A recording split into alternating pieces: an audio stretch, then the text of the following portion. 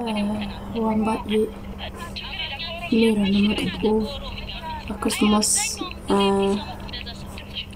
baay'ee nama jibbisiisu dhugaa dubbachuu fi rakkina ijoollee mana madaamitti akkanatti baay'ee tokko dhugaa dubbachuuf waaqa hin sodaatan Araboonni tuni jechuudha. Kun akkuma argaa jirtan tana akkuma dhaggeeffataa jirtan tana obboleettii keenya kana hedduu takka garaa nama nyaatti jechuudha.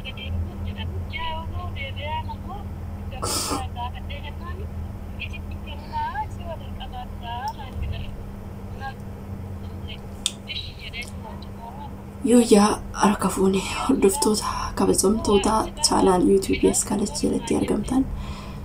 jirra jirtu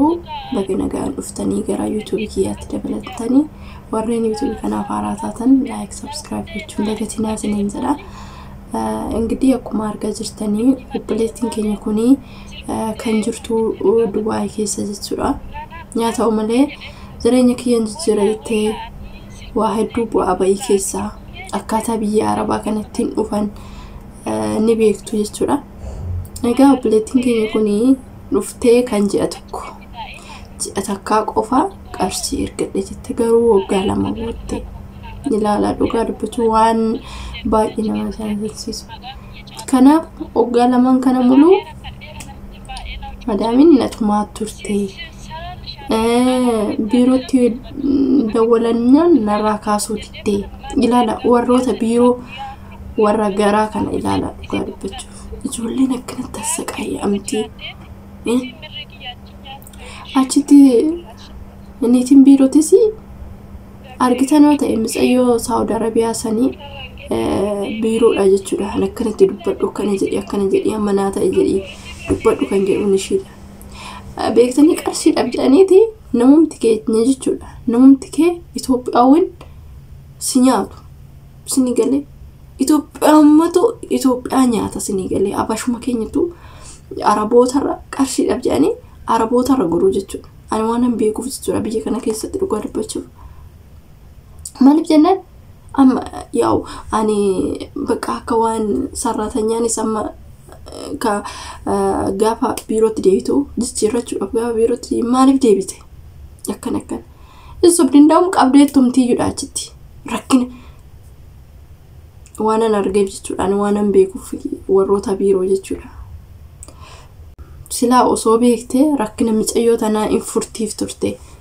ishiin gaafan biirootti bilbila narraa kaasuu bittee akkanatti madaamin jannatumaa jirti qarshii waggaa lamaa ji'a tokko qofa naaf ergitee qarshii hin qabu akkanatti nasa waggaa lama muluu mana madaamii dalagdi ilaala dhugaa dubbachuuf.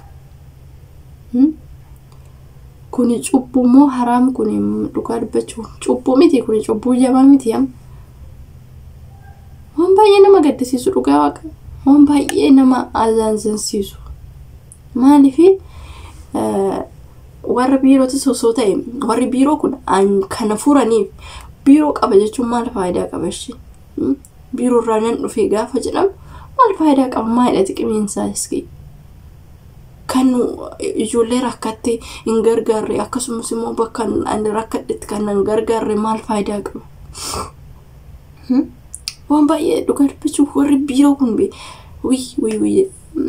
cubbuun ijoollee keenya garuu isaan biraan hafanii tokkoon isaanii ofii isaaniitti akka madaamititti marcumarra zuuraa oolu ofii isaaniitti bakka ta'etti baadiyyaa ta'e maal ta'e achitti ishii gatanii isaan booda silkiirraan kaasanii duutee jiraattee hin beekan. Kanaaf ijoolleen keenya gara seeran qabeessan deema gaafa jedhan maal godhu jireenya biyyaati kan biyya nama ariitusi jireenya Itoophiyaati kan muddamaan bakka hin taane nama seessisu. Kana waan baay'ee ulfaatudha. Obboleettiin teenya tun dhugaa dubbachuuf imimmaan ishii baay'ee tokko nama rarte dhugaa dubbachuuf amma waggaa lama dhiisatoo ji'a lamaayyuu hojjechuun nasaa baay'ee ulfaata. Miskiina ilaala kanatti kinu namoota ishii qofaa miti ijoollee namaa akka mana hidhaatitti jiraataa jirantu jira akka mana hidhaatitti kanaaf kan furmaata nuu kennu dhugaa dubbachuuf akkuma bisayyoo noo jettee mootummaa keenya dhugaa Waaqa amma ilaalaa zeegaa biyya biraa amma osoo kanoo ta'eyyuu zeegaan biyya biraa nikkish wata kan tuqamu jechuudha amma ilaalaa amma fakkeenyaaf Filiippiinonni amma baqa seerri isaanii baay'ee jabaan isaan amma akka keenya kanaan godhan jarrattiin tuni jechuudha maaliif mangistiin isaanii nama qonna garanyaa waan ta'eef ineege waan ta'eef nama isaanii sirriitti baqa xinqii kan jireedha seerri isaanii keenya mootummaan ijoolleen biyya Arbaa keessatti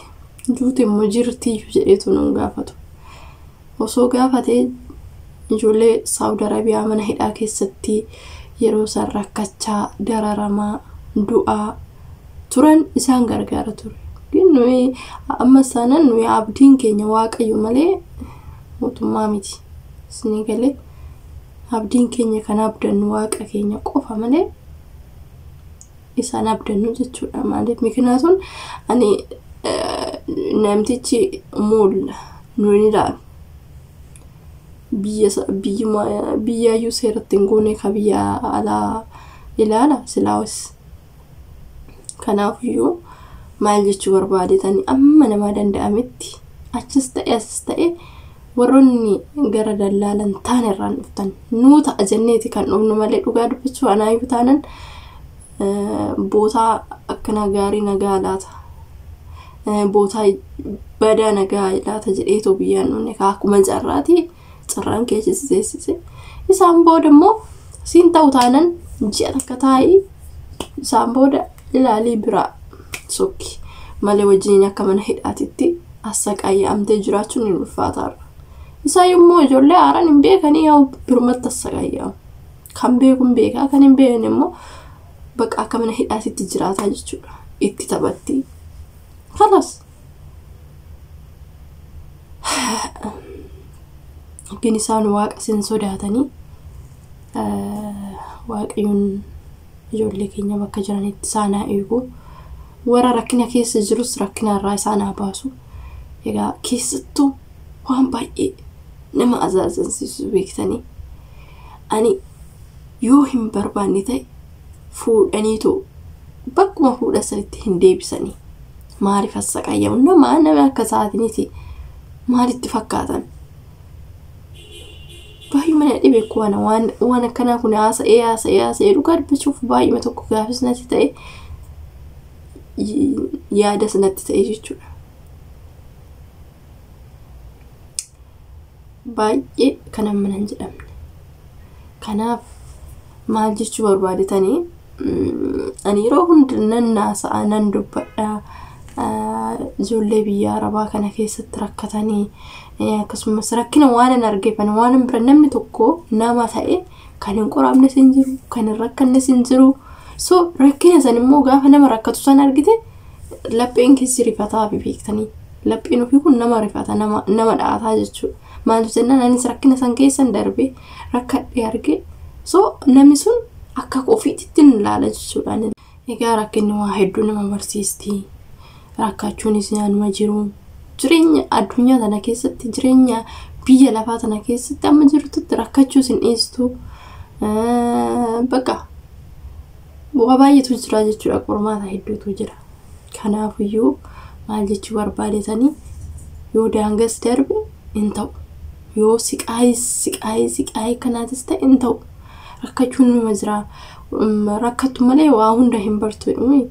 kanaaf rakkinni waa hedduu nama barsiisti namni rakkatiniyyuu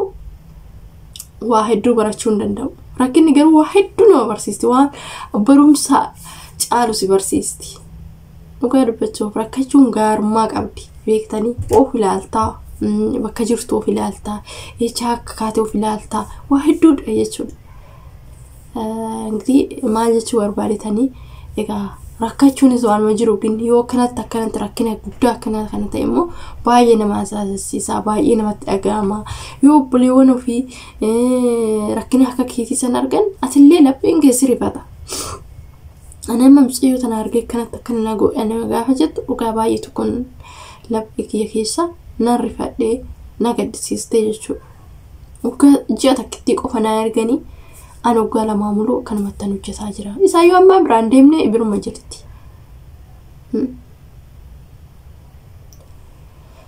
anna kana sinin jedha obboloota kiyya waan akkanaati obboleetti keenyas immoo rakkina kana keessaa ishee baasu wanti goonuun jirru እንግዲህ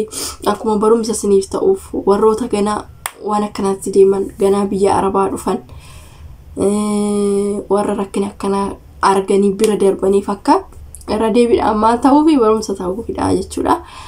na galatoomaa ulfaadha waan dhaggeeffatanii fi warra YouTube kanaaf haaras taatanii like godhaa subscribe gochuun dagatinaa sinin jedha turtii gaarii video biraatiin hanga walitti deebinutti fayyaa nagaanaaf ta'a